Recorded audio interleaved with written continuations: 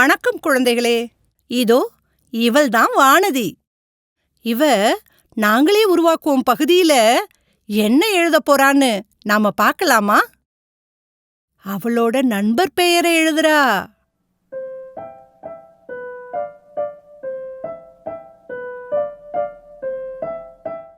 இப்போ அவன் நண்பர்கிட்ட அவளுக்கு என்ன பிடிக்குமோ அதை எழுதுறா.